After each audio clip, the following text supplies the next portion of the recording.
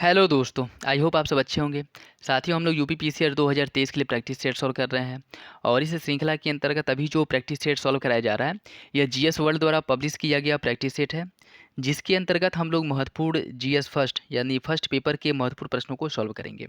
तो यदि आप लोग चैनल पर नए हैं तो सब्सक्राइब कर लीजिए और बेल आइकन को प्रेस कर लीजिए, जिससे वीडियो का नोटिफिकेशन प्रॉपरली आप लोगों तक पहुंचता रहे। और साथियों, यह जो टेस्ट सीरीज है यह चलता रहेगा आपका जब तक कि एग्ज़ाम कंडेंट ना हो जाए तब तक, ठीक है। तो और इसके अंतर्गत जो भी जैसे दृष्टि आईएएस हो गया, ध्येय आईएएस हो गया या फिर जीएस वर्ल्ड हो गया, इन सब के जो इनके द्वारा जो टेस्ट सीरीज को पब्लिश किया जा रहा है उन सबको सॉल्व कराया जाएगा। और इसके साथ साथ यदि हम बात करें करंट अफेयर की, तो उसमें भी घटना सार घटना चक्र जो यूपी पीसीएस को ध्यान में रखते हुए जब एग्ज़ाम के कुछ महीने पहले, 1 महीने 2 महीने पहले पब्लिश किए जाते हैं, उन सबको भी कवर करा लिया जाएगा। तो इस दृष्टि से इम्पॉर्टेंट है, आप मेरे साथ जुड़ करके अपनी तैयारी अच्छे से कर सकते हैं। और अगर कोई कन्फ्यूजन हो तो कमेंट बॉक्स में कमेंट करके पूछ सकते हैं। और वीडियो अगर अच्छा लगे तो लाइक करना बिल्कुल भी ना भूलें। तो चलिए इसी के साथ वीडियो की शुरुआत करते हैं। क्वेश्चन नंबर 101 से लेकर के 151 तक 150 तक के महत्वपूर्ण प्रश्नों को इस वीडियो में हम लोग सॉल्व करेंगे। इसके पहले के जो प्रश्न हैं उनको सॉल्व कराया जा चुका है, और जिन लोगों ने वो वीडियो नहीं देखा है वो जा कर के देख सकते हैं। तो चलिए वीडियो की शुरुआत करते हैं। पैंटानल आर्द्रभूमि के संदर्भ में निम्नलिखित कथनों पर विचार कीजिए। पैंटानल आर्द्रभूमि दक्षिण अफ्रीका में स्थित है। यह यूनेस्को की विश्व विरासत सूची में शामिल है और यह ताजे जल की आर्द्रभूमि है। इसमें पूछ रहा है उपयुक्त में से कौन सा कथन सही है। इसका जो सही आंसर साथियों वो हो जाएगा ऑप्शन सी। दूसरा और तीसरा सही है जबकि पहला गलत है। ये जो साउथ अफ्रीका दिया है यह गलत है। इसका बात करें अगर हम पैंटानल आर्द्रभूमि की, तो यह ब्राज़ील में स्थित है, दक्षिण अमेरिका में, ठीक है। अन्य दोनों विकल्प सही सुमेलित हैं। नेक्स्ट देखिए, निम्नलिखित में से किस मंत्रालय ने भारत टैप पहल की शुरुआत की है। भारत टैप पहल की शुरुआत की गई है आवास एवं शहरी कार्य मंत्रालय द्वारा इसकी शुरुआत की गई है। तो ऑप्शन ए जो है वो आपका सही है। नेक्स्ट देखिए, हाल ही में सुर्खियों में रहे मामले यूनियन ऑफ इंडिया बनाम मोहित मिनरल प्राइवेट लिमिटेड, ये इसका संबंध किससे है।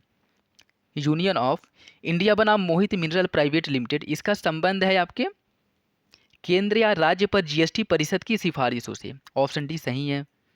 निम्नलिखित में से किसकी देखरेख में हाल ही में अंतर्राष्ट्रीय प्रवासन समीक्षा मंच का आयोजन किया गया। आवासन एवं शहरी कार्य मंत्रालय, श्रम एवं रोजगार मंत्रालय, संयुक्त राष्ट्र महासभा, मानव संसाधन विकास मंत्रालय। इसका सही आंसर है ऑप्शन सी। संयुक्त राष्ट्र महासभा द्वारा अंतर्राष्ट्रीय प्रवासन समीक्षा मंच का आयोजन किया गया था। और आपको बता दें कि यह जो है 2022 में इसकी शुरुआत की गई है, ठीक। और प्रत्येक 4 वर्ष के अंतराल पर इसका आयोजन किया जाएगा, तो इसलिए यह इंपॉर्टेंट हो जाता है। इसकी शुरुआत अभी हाल ही में की गई है 2022 में, ठीक। और ये भी पूछ सकता है कि कितने वर्ष के अंतराल पर इसका आयोजन किया जाएगा, तो प्रत्येक 4 वर्ष के अंतराल पर इसका आयोजन किया जाएगा संयुक्त राष्ट्र महासभा द्वारा। तो इंपॉर्टेंट है, याद रखिएगा।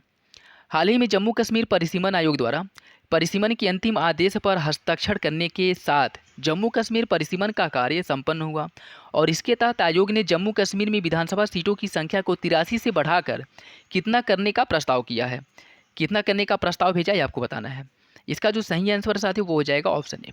पहले जम्मू कश्मीर में जो विधानसभा सीटों की संख्या थी वह 83 थी, जिसको परिसीमन आयोग द्वारा बढ़ा करके 90 करने की सिफारिश की गई है।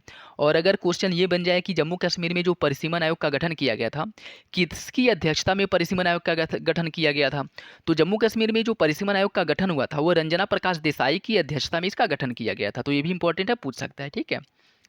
नेक्स्ट देखिए, हाल ही में निम्नलिखित में से कहाँ भारत की पहली और एशिया की सबसे बड़ी लिक्विड मिरर टेलीस्कोप को स्थापित किया गया है। भारत की पहली और एशिया की सबसे बड़ी जो लिक्विड मिरर टेलीस्कोप है, इसका स्थापना किया गया है आपके उत्तराखंड में। उत्तराखंड के जो चमोली ज़िला है, उत्तराखंड के चमोली ज़िला में, वहाँ पे इसकी स्थापना किया गया है, जो इम्पोर्टेंट है। और ये भी पूछ सकता है कि इसका कार्य क्या होगा, तो यह क्षुद्रग्रह हो गए, सुपरनोवा, अंतरिक्ष मलबे या अन्य जो सभी खगोलीय पिंड है उनका निरीक्षण करना, उनके बारे में जानकारी प्राप्त करना, यह इसका मुख्य कार्य होगा। तो ऑप्शन ए सही है। हाल ही में सुर्खियों में चर्चित नोगखाइलम वन्यजीव अभयारण्य निम्नलिखित में से किस राज्य में स्थित है। नोगखाइलम वन्यजीव अभयारण्य की बात करें साथियों, तो यह है आपके मेघालय राज्य में। ऑप्शन डी सही है, मेघालय राज्य में स्थित है। और यहाँ जो है एक गिलहरी पाई गई है, जिस वजह से यह मतलब सुर्खियों में या चर्चा में था। तो अगर आपसे क्वेश्चंस बन जाए कि नोगखाइलम वन्यजीव अभयारण्य का किस राज्य में स्थित है, तो कन्फ्यूज मत होइएगा, मेघालय राज्य में यह स्थित है। निम्नलिखित में से कहाँ पर 11वां वर्ल्ड अर्बन फोरम 2022 का आयोजन किया गया है? इसका आयोजन किया गया है पोलैंड में। ऑप्शन डी सही है। हाल ही में सुर्खियों में रहे प्रमुख चर्चित दिवस के संदर्भ में निम्नलिखित में से कौन सा एक सही सुमेलित नहीं है? विश्व खाद्य सुरक्षा दिवस 7 जून को मनाया जाता है। विश्व महासागर दिवस 8 मई को। मरुस्थलीकरण और सूखा दिवस 17 जून को। और अंतर्राष्ट्रीय योग दिवस 21 जून को। इसमें आपको बताना है कौन सा विकल्प गलत है, कौन सही सुमेलित नहीं है। इसका सही आंसर हो जाएगा ऑप्शन बी। विश्व महासागर दिवस मनाया जाता है 8 जून को, न कि 8 मई को, जबकि अन्य तीनों विकल्प सही सुमेलित हैं। तो इम्पोर्टेंट है, याद रखिएगा। अगर डेट से या फिर से किसी दिवस से रिलेटेड कोई क्वेश्चन बन जाए तो भी कंफ्यूज नहीं होना है। निम्नलिखित में से किस राज्य ने हाल ही में देश के पहले अमृत सरोवर को तैयार किया है? देश के पहले अमृत सरोवर को तैयार करने का जो लक्ष्य है या हासिल किया है उत्तर प्रदेश ने। तो ऑप्शन ए जो है वो सही है। उत्तर प्रदेश द्वारा हाल ही में देश के पहले अमृत सरोवर को बनाया गया है। ठीक है, इसकी शुरुआत पूछ सकता है। तो इसकी शुरुआत जो है प्रधानमंत्री नरेंद्र मोदी द्वारा की गई थी और यह जो है उत्तर प्रदेश में इसका पहला जो है निर्माण किया गया है अमृत सरोवर का। हाल ही में उत्तर प्रदेश सरकार के नागरिक उड्डयन विभाग ने 7 अप्रैल 2022 को भारतीय विमानपत्तन प्राधिकरण के साथ समझौते पर हस्ताक्षर किया गया है, जिसके तहत अयोध्या एयरपोर्ट की अनुमानित लागत कितनी निर्धारित की गई है? इसका सही आंसर साथियों ऑप्शन बी 525 करोड़। अयोध्या में जो एक अंतर्राष्ट्रीय एयरपोर्ट बन रहा है उसकी जो लागत है वो 525 करोड़ रुपये है। तो इम्पोर्टेंट है, याद रखिएगा। निम्नलिखित में से किस कंपनी को नोएडा इंटरनेशनल एयरपोर्ट का निर्माण कार्य जो है सौंपा गया है? इसका सही आंसर है ऑप्शन सी, लोक निर्माण विभाग को। ऑप्शन सी सही है।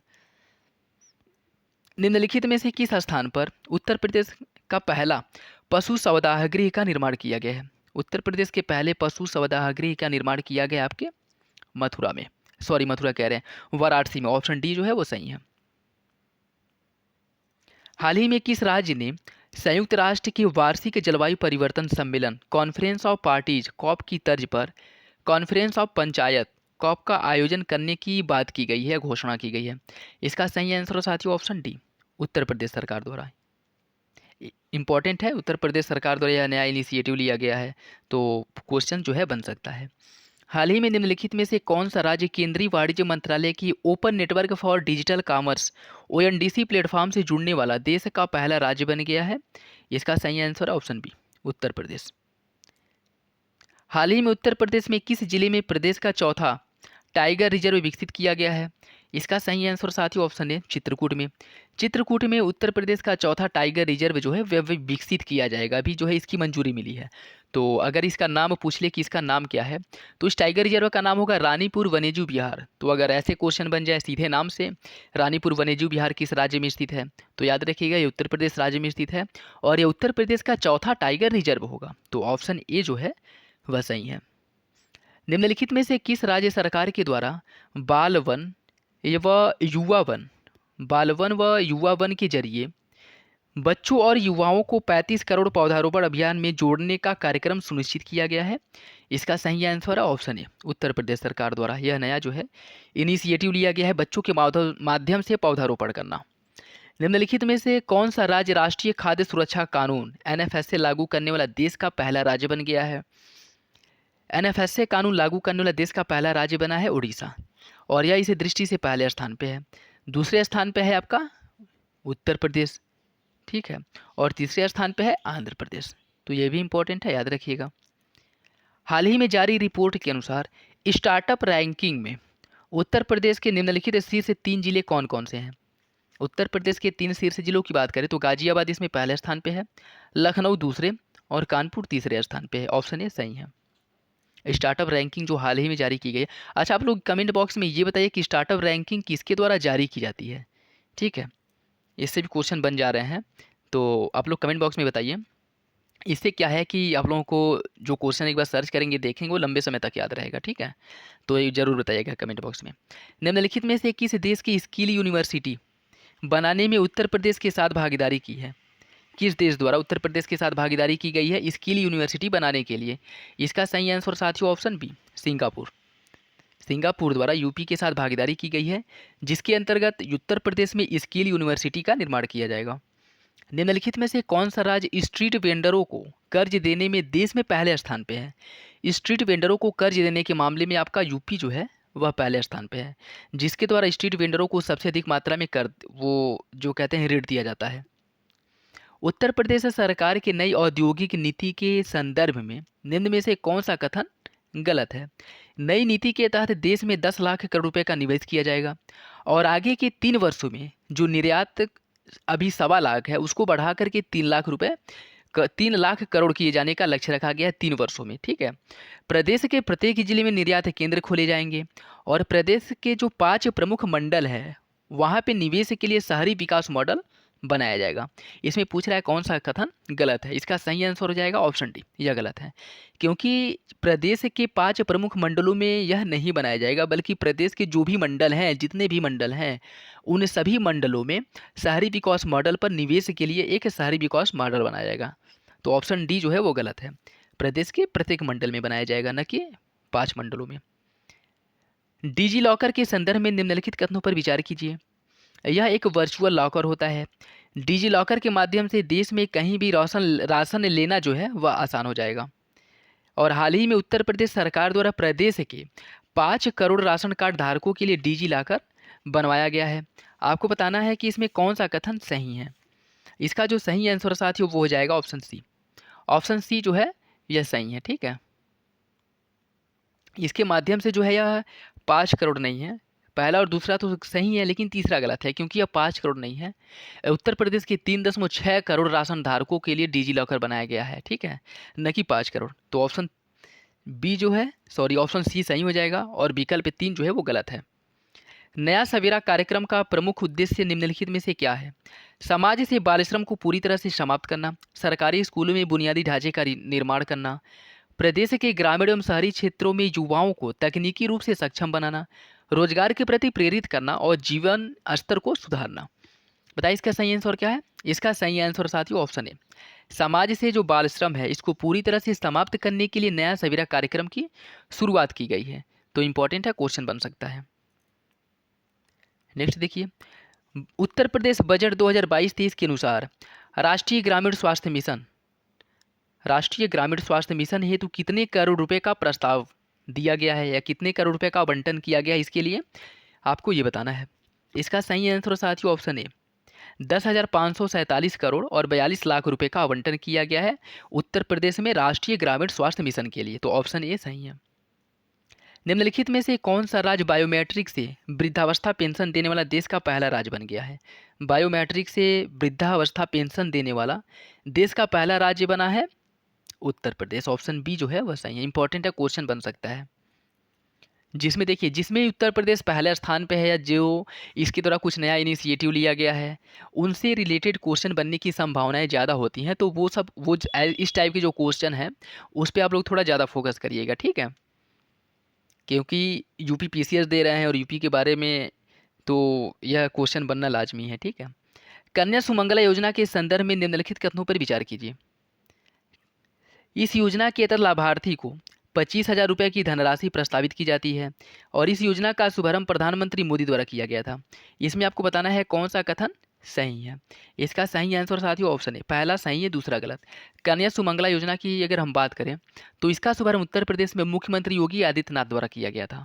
ठीक है, न कि प्रधानमंत्री मोदी द्वारा, जबकि दूसरा सही है। और हाल ही में प्रदेश सरकार द्वारा मुख्यमंत्री कन्या सुमंगला योजना के लाभार्थियों को 15,000 रुपये से बढ़ा करके जो धनराशि है वो 25,000 रुपये देने की घोषणा की गई है। तो ये भी इंपॉर्टेंट है, पूछ सकता है कि पहले कितना दिया जाता था और अभी कितना दिया जा रहा है। ठीक है, पहले 15,000 रुपये दिया जाता था और इसको बढ़ा करके 25,000 रुपये कर दिया गया। ठीक, तो इंपॉर्टेंट है, याद रखिएगा।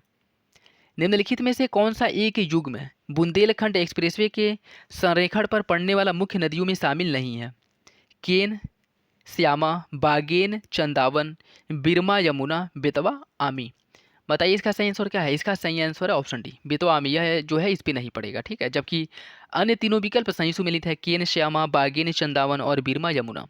इसकी लंबाई भी पूछ सकता है कि बुंदेलखंड एक्सप्रेसवे की कुल लंबाई कितनी है। ठीक है, इसकी लंबाई है 296.70 किलोमीटर। आप बेसिकली 296 किलोमीटर याद रखिएगा, इतना डीप नहीं पूछेगा। ठीक है, 296 किलोमीटर अगर याद है तो आप बता सकते हैं। और ये भी पूछ सकता है कि यह जो है किन जिलों से होकर जाएगा। तो अगर हम जिलों को अगर आप लोग याद करना चाहें तो देख लीजिए, चित्रकूट है, बादा है, हमीरपुर है, महोबा है, जालौन है, औरैया है, इटावा है। इन जिलों से होकर के बुंदेलखंड एक्सप्रेसवे जो है वह गुजरेगा। और एक्सप्रेसवे के रास्ते में पड़ने वाली प्रमुख नदियों की अगर हम बात करें तो इस एक्सप्रेसवे के रास्ते में जो नदियाँ पड़ेगी वो है सेंगर, बेतवा, यमुना, बिरमा, चंदावन, श्यामा, केन और बागेन। यह नदियाँ जो है इसके रास्ते में पड़ेंगी, तो ये भी इंपॉर्टेंट है, याद रखिएगा। नेक्स्ट देखिए, हाल ही में निम्नलिखित में से कहाँ पे वैश्विक आयुष निवेश एवं नवोन्मेष शिखर सम्मेलन 2022 का आयोजन किया गया है? इसका सही आंसर साथियों ऑप्शन डी, गुजरात में। ऑप्शन डी जो है वो सही है। नेक्स्ट देखिए, प्रायः सुर्खियों में रहा ऊर्जा प्रवाह निम्नलिखित में से किससे संबंधित है? ऊर्जा प्रवाह का संबंध किससे है, ये आपको बताना है। भारतीय तटरक्षक बल में शामिल पोत, भारतीय तटरक्षक बल में शामिल पोत से इसका संबंध है। देखिए 22 अप्रैल 2022 को भारतीय तटरक्षक पोत ऊर्जा प्रवाह को तटरक्षक बल में शामिल किया गया है। और इसका संचालन कमान जो है वह माहे पुदुचेरी है, वहाँ पे जो है इसका संचालन किया गया है। ठीक है, तो इम्पोर्टेंट है, पूछ सकता है। ऊर्जा प्रवाह दिया है तो यह जो है इससे कुछ और ही दिमाग में आएगा, लेकिन याद रखिएगा कि ऊर्जा प्रवाह जो है यह भारतीय तटरक्षक बल में शामिल होने वाला एक पोत है। ठीक है, तो ऑप्शन डी जो है वह सही हो जाएगा। नेक्स्ट देखिए, हाल ही में हुई प्रमुख नियुक्तियों के संदर्भ में कौन सा एक सही सुमेलित नहीं है? डॉक्टर मनोज सोनी या संघ लोक सेवा आयोग में इनका चयन हुआ है। तरुण कपूर उत्तर प्रदेश विधानसभा के प्रोटेम स्पीकर चुना गया था। रितु खांडूरी भूषण उत्तराखंड की पहली विधानसभा की अध्यक्ष बनी है। और डॉक्टर एस राजू जो है यह भारतीय भूवैज्ञानिक सर्वेक्षण के महानिदेशक बनाए गए हैं। इसमें पूछ रहा है कौन सही सुमेलित नहीं है? इसका सही आंसर साथियों ऑप्शन बी, तरुण कपूर जो उत्तर प्रदेश की विधानसभा के प्रोटेम स्पीकर बनाए गए, यह ऑप्शन गलत है। ठीक है, अगर बात किया जाए तो तरुण कपूर को प्रधानमंत्री नरेंद्र मोदी के नए सलाहकार के रूप में नियुक्त किया गया है। और उत्तर प्रदेश विधानसभा के प्रोटेम स्पीकर की बात करें तो रामपति शास्त्री को उत्तर प्रदेश विधानसभा का प्रोटेम स्पीकर बनाया गया था। ठीक है, और ये भी पूछ सकता है कि यह कौन सा विधानसभा था, तो 18वीं उत्तर प्रदेश विधानसभा का प्रोटेम स्पीकर रामापति शास्त्री को बनाया गया था। इंपॉर्टेंट है, ये महत्वपूर्ण कुछ फैक्ट हैं, फैक्ट से भी क्वेश्चन बनने की संभावनाएं रहती हैं, तो ये भी याद रखिएगा। ठीक है, और वीडियो अगर अच्छा लग रहा हो तो लाइक करना बिल्कुल भी ना भूले, आप लोगों से रिक्वेस्ट है। ठीक है, निम्नलिखित में से किसे हिंदी काव्य संग्रह मैं तो यही हूँ के लिए सरस्वती सम्मान से सम्मानित किया गया है? इसका सही आंसर है option A, professor Ramdaras Mishra को मैं तो यही हूँ के लिए सरस्वती सम्मान से सम्मानित किया गया है। नेक्स्ट देखिए, हाल ही में निम्नलिखित में से किस वर्ष तक आर्थिक मामलों की मंत्रिमंडलीय समिति सीसीईए ने सरकारी योजनाओं में फोर्टिफाइड चावल के वितरण की मंजूरी दी है? इसका सही आंसर साथियों ऑप्शन ए, 2024 तक। देखिए मंत्रिमंडलीय समिति ने 2024 तक चरणबद्ध तरीके से सरकारी योजनाओं को फोर्टिफाइड चावल की वितरण को मंजूरी दी है। और यह कदम सभी राज्यों और केंद्र शासित प्रदेशों में पोषण की कमी से लड़ने में मददगार साबित होगा। यह फोर्टिफाइड चावल जो है इसमें प्रोटीन की जो मात्रा है वह अन्य चावल या सामान्य चावल की तुलना में अधिक होगी, जिसके माध्यम से इसका वितरण जो है जो पीडीएस के माध्यम से, जन वितरण प्रणाली के माध्यम से किया जाता है, उसके माध्यम से किया जाएगा, जिससे कि जो कुपोषण है या अल्प पोषण है इसकी समस्या को समाप्त किया जा सके। तो ऑप्शन ए जो है वो सही है, याद रखिएगा 2024 तक क्या किया जाएगा। निम्नलिखित कथनों पर विचार कीजिए। भारत विश्व में वनस्पति तेल का सबसे बड़ा आयातक है। इंडोनेशिया विश्व में पाम ऑयल का सबसे बड़ा उत्पादक और निर्यातक है। आपको बताना है कौन सा कथन सही है। इसका सही आंसर साथियों ऑप्शन सी, दोनों सही है। भारत विश्व में वनस्पति तेल का सबसे बड़ा आयातक है और इंडोनेशिया पाम ऑयल जिससे कि वनस्पति तेल का निर्माण किया जाता है, बनाया जाता है, उसका सबसे बड़ा उत्पादक है और उत्पादक होने के साथ साथ उसका सबसे बड़ा निर्यातक भी है। तो यह भी याद रखिएगा। हाल ही में निम्नलिखित में से किस संस्था ने मैनेजिंग फॉरेस्ट फायर्स इन चेंजिंग क्लाइमेट रिपोर्ट जारी की है? Managing forest fire in changing climate report किसके द्वारा जारी किया गया है, ये आपको बताना है। ऊर्जा पर्यावरण और जल परिषद द्वारा यह रिपोर्ट प्रकाशित किया गया है। ऑप्शन डी जो है वह सही है। निम्नलिखित में से कौन सी सेवाएं डिजिटल बैंकिंग यूनिट्स में उपलब्ध होंगी? इसमें नकदी निकासी और जमा की सुविधा दी जाएगी, खाता खोलने की सुविधा है, केवाईसी अपडेशन की सुविधा है, मतलब उस केवाईसी को अपडेट करने की सुविधा है, ऋण लेने देने की शिकायत दर्ज करने की सुविधा है। आपको कूट के हिसाब से सही आंसर का चयन करना है। इसका जो सही आंसर साथियों वो हो जाएगा ऑप्शन डी, सभी विकल्प जो है वह सही है। निम्नलिखित में से विश्व स्वास्थ्य दिवस 2022 की थीम क्या है? विश्व स्वास्थ्य दिवस 2022 की थीम है our planet our health. Option D जो है वह सही है। देखिए, विश्व स्वास्थ्य दिवस 2022 का theme our planet our health है और विश्व स्वास्थ्य संगठन द्वारा 7 अप्रैल 2022 को अपनी वर्षगांठ के रूप में इसे मनाया गया था। और अगर पूछ ले विश्व स्वास्थ्य संगठन या डब्ल्यूएचओ की स्थापना, तो इसकी स्थापना 7 अप्रैल 1948 को एक स्वतंत्र अंतर्राष्ट्रीय स्वास्थ्य संगठन के रूप में की गई थी। ठीक है, और प्रतिवर्ष 7 अप्रैल को विश्व स्वास्थ्य दिवस के रूप में मनाया जाता है और 2022 की थीम है our planet our health. NITI Aayog द्वारा जारी राज्य ऊर्जा और जलवायु सूचकांक चरण फर्स्ट में शीर्ष बड़े राज्यों में प्रदर्शनकर्ता राज्य निम्नलिखित में से कौन है? इसका सही आंसर साथी ऑप्शन बी, पहले स्थान पे गुजरात है, दूसरे स्थान पे केरल और तीसरे स्थान पे पंजाब है। तो ऑप्शन बी जो है वह सही है। प्रदर्शन करने के मामले में यह 3 राज्य जो हैं वह पहले स्थान पे, यह कह सकते हैं कि सर्वोच्च स्थान पे हैं। ठीक है, और अगर बात करें छोटे राज्यों की, छोटे राज्यों में गोवा पहले स्थान पे है, त्रिपुरा दूसरे स्थान पे और मणिपुर तीसरे स्थान पे है। और केंद्र शासित प्रदेशों की बात करें तो इसमें चंडीगढ़ पहले स्थान पे है, दिल्ली दूसरे स्थान पे है और दमन दीव नागर दादर नागर हवेली जो है यह तीसरे स्थान पे है। ठीक है, तो ये भी इंपॉर्टेंट है, चाहे बड़े राज्य से रिलेटेड पूछे, छोटे राज्य से या केंद्र शासित प्रदेश से पूछे, आप बस याद रखिएगा। ठीक है, नेक्स्ट देखिए, हाल ही में किस पूर्वोत्तर भारतीय राज्यों में महापाषाणकालीन पत्थर के मर्तबान पाए गए हैं? महापाषाणकालीन पत्थर के मर्तबान किस राज्य में मिला है? इसका सही आंसर साथियों ऑप्शन बी, असम में। नेक्स्ट देखिए, हाल ही में सुर्खियों में रहे नडाबेट सीमा दर्शन परियोजना, नडाबेट सीमा दर्शन परियोजना किससे संबंधित है? नदी जोड़ो परियोजना, सड़क सीमा परियोजना, भारतीय तटरक्षक परियोजना या फिर सीमा सुरक्षक बल से? इसका सही आंसर साथियों ऑप्शन डी, सीमा सुरक्षक बल परियोजना से इसका संबंध है। नडाबेट सीमा दर्शन परियोजना यह देश की पहली अत्याधुनिक बीएसएफ परियोजना है जहां युद्ध में बीएसएफ की उत्पत्ति, विकास और भूमिका का वर्णन सीमा पर स्थित नडाबेट का पर्यटन स्थल के रूप में विकास किया जाएगा। कच्छ केरल में स्थित नडाबेट ने वर्ष 1971 में भारत पाकिस्तान युद्ध में महत्वपूर्ण भूमिका निभाई थी और यहीं पर इसका निर्माण किया जाएगा। अगर ये भी पूछ सकता है कि किस राज्य में इसका निर्माण किया जा रहा है, तो नडाबेट जैसे कि आपको गुजरात के कच्छ में स्थित है और वहीं पे इसका निर्माण किया जाएगा। तो ऑप्शन डी जो है वह सही है।